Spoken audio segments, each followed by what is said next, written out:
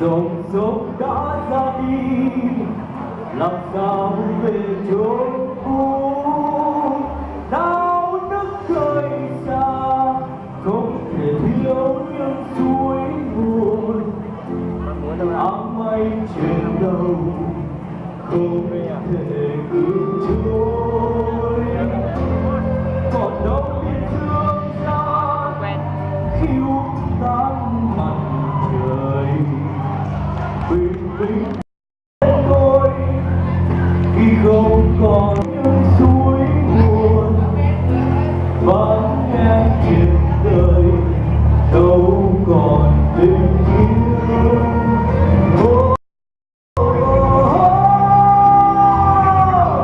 Người đã ra đi, có thể vết thương ngày nào có thể tìm ra. Nước mắt sẽ thôi rơi, đôi môi lại chín đỏ. Một hồi ngày gặp nhau, dù ta đi vào nỗi mong nhớ.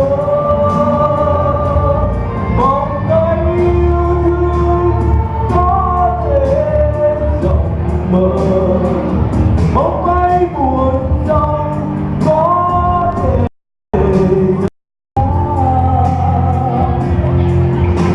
Và điều này thật rộn ràng êm ái. Có thể một ngày mai chúng ta sẽ thành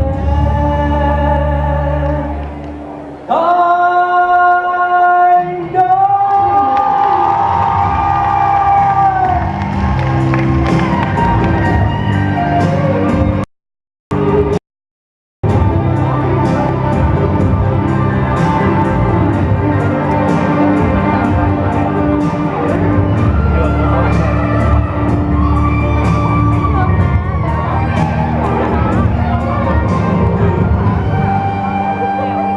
Còn đâu thì thương gian khi uống tan bằng trời.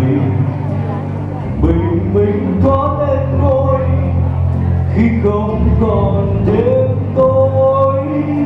Đã có sông sâu, không thể thiếu những suối nguồn. Vắng em trên đời đâu còn tình yêu.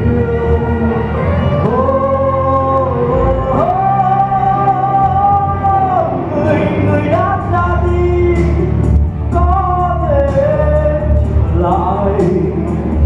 Vết thương ngày nào có